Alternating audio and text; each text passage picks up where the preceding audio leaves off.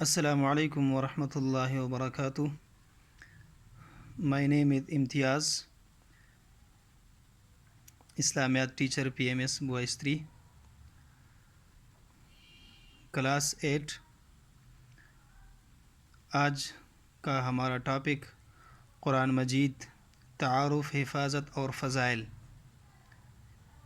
Page number 35۔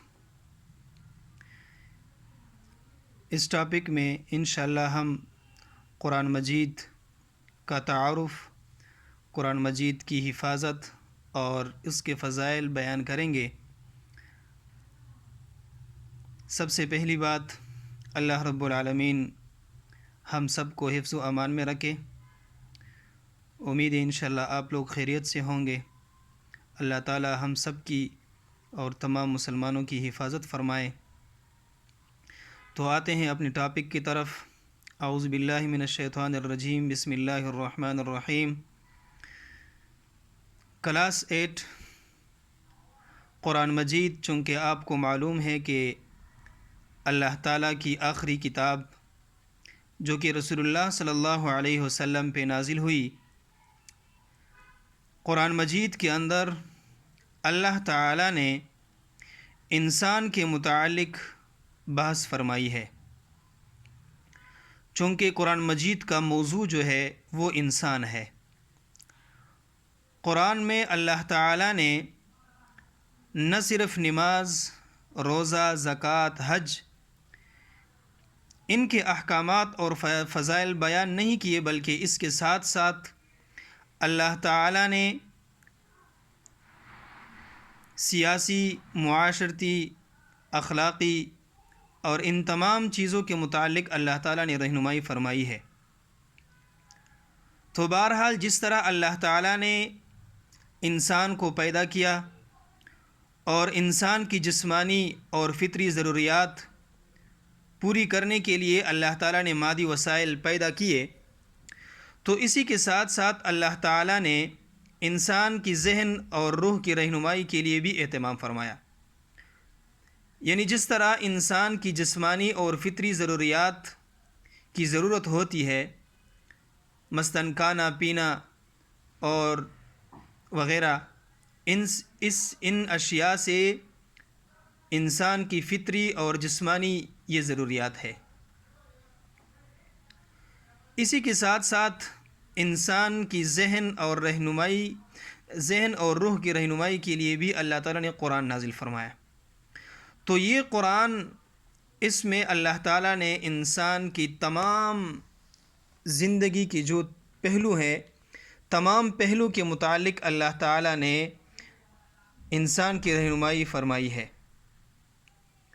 تو قرآن مجید اللہ تعالیٰ کی آخری کتاب ہے جو کہ رسول اللہ صلی اللہ علیہ وسلم پہ نازل ہوئی، اور جبرائیل علیہ السلام نے قرآن پاک وقتاً فوقتاً تھوڑا تھوڑا نازل فرمایا۔ تقریباً 23 سال کے عرصے میں پورا مکمل قرآن مکمل ہوا۔ اس میں اللہ تعالیٰ نے انسان کی زندگی کے تمام پہلو کے متعلق اللہ تعالیٰ نے انسان کی رہنمائی فرمائی ہے۔ یعنی جس طرح کہ انسان کمائی کس طرح کرے گا، اس کے اخلاق کیسے ہوں گے، اٹھنا بیٹھنا کیسا ہوگا، معاشرتی، سیاسی، یہ ساری جتنی بھی ضروریات ہے، اللہ تعالیٰ نے ان سب کے متعلق انسان کی رہنمائی فرمائی ہے قرآن میں۔ اور یہ چونکہ اللہ تعالیٰ کا یہ آدم علیہ السلام سے لے کر رسول اللہ صلی اللہ علیہ وسلم تک جو انبیاء کا سلسلہ چلا ہے، سب سے پہلا پیغمبر آدم علیہ السلام ہے، تو اس کے بعد یہ انبیاء علیہ السلام کا سلسلہ شروع ہوا ہے۔ اور اللہ تعالیٰ ہر ایک پیغمبر کو یا تو صحیفے دیتے، یا اللہ تعالیٰ اس کو ایک نئی کتاب اور نئی شریعت عطا فرماتے۔ آخر میں اللہ رب العالمین نے انسانوں کی رہنمائی کے لیے پیغمبر علیہ السلام کو مبعوث فرمایا، اور اللہ تعالیٰ نے پیغمبر علیہ السلام کو قرآن پاک کی کتاب یہ بھی عطا فرمائی۔ تو یہ قرآن وَأَنزَلْنَا إِلَيْكَ الْكِتَابَ بِالْحَقِّ مُصَدِّقًا لِمَا بَيْنَ يَدَيْهِ مِنَ الْكِتَابِ وَمُهَيْمِنًا عَلَيْهِ کہ اللہ تعالیٰ نے قرآن پاک کو نازل فرمایا جو کہ اس سے پچھلی جتنی بھی کتابیں ہیں اس کی تصدیق کرنے والا ہے اور مہیمن ہے۔ مہیمن کا لفظ اللہ تعالیٰ نے قرآن کے لیے استعمال فرمایا کہ یہ قرآن مہیمن ہے۔ مہیمن کہتے ہیں نگہبان اور محافظ کو، نگرانی کرنے والا، حفاظت کرنے والا۔ اب مہیمن کا لفظ جو ہے اس کا مطلب کیا ہے؟ قرآن کو اللہ تعالیٰ نے مہیمن کیوں فرمایا ہے؟ اس لیے بیٹا کہ یہ جو قرآن ہے اس سے پہلے جتنی بھی آسمانی کتابیں نازل ہوئی ہے، تورات، زبور، انجیل، چونکہ تورات، زبور، انجیل اب دنیا میں جس جگہ پر یہ موجود ہے، یہ نسخے، یہ اسی طریقے پر موجود نہیں ہے جس طرح اللہ تعالیٰ نے موسیٰ علیہ السلام کو تورات دیا تھا، داؤد علیہ السلام کو زبور دیا اور پیغمبر عیسیٰ علیہ السلام کو انجیل دیا۔ جس طرح اللہ تعالیٰ نے نازل فرمائی ہے اسی طرح یہ کتابیں اپنی شکل میں موجود نہیں ہیں، اس کے اندر رد و بدل اور چینجز ہوئی ہے۔ وہ چینجز اور وہ رد و بدل قرآن پاک نے اثر نو بیان فرمایا ہے کہ نہیں، تورات میں جہاں پر چینجز ہوئی ہے، تبدیلی ہوئی ہے، یہ اس طرح نہیں ہے بلکہ یہ اس طرح ہے۔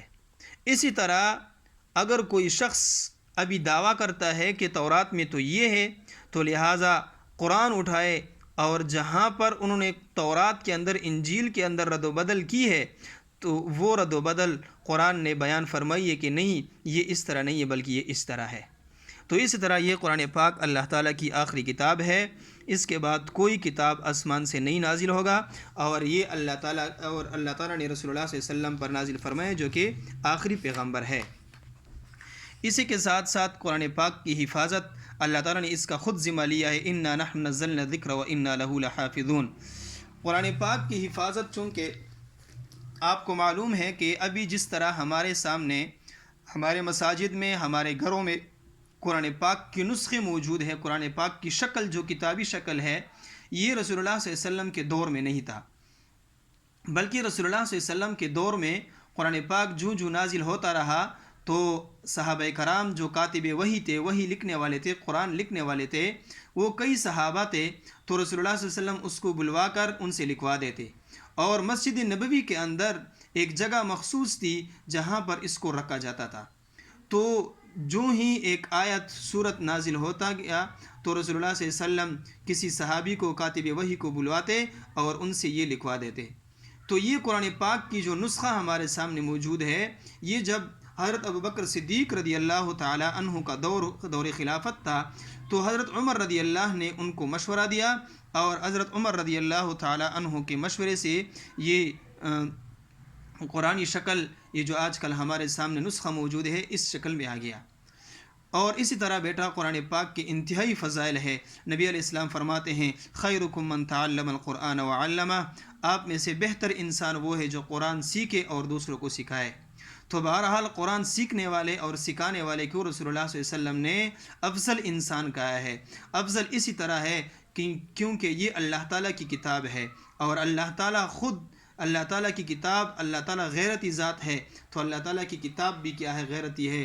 اور جس نے قرآن کے ساتھ اپنی زندگی ٹچ کی، جس نے قرآن کے ساتھ اپنی زندگی قرآن کے مطابق بنائی، تو وہ انسان، جس طرح قرآن کو باقی کتابوں پر فضیلت حاصل ہے، اسی طرح اس انسان کو بھی باقی لوگوں پر فضیلت حاصل ہوگی جو قرآن پڑھنے والا ہو اور قرآن کے مطابق اس کی زندگی ہو۔ تو بہرحال ہمیں چاہیے کہ ہم قرآن کے مطابق اپنی زندگی بسر کریں اور قرآن پاک کی تلاوت ضرور کریں۔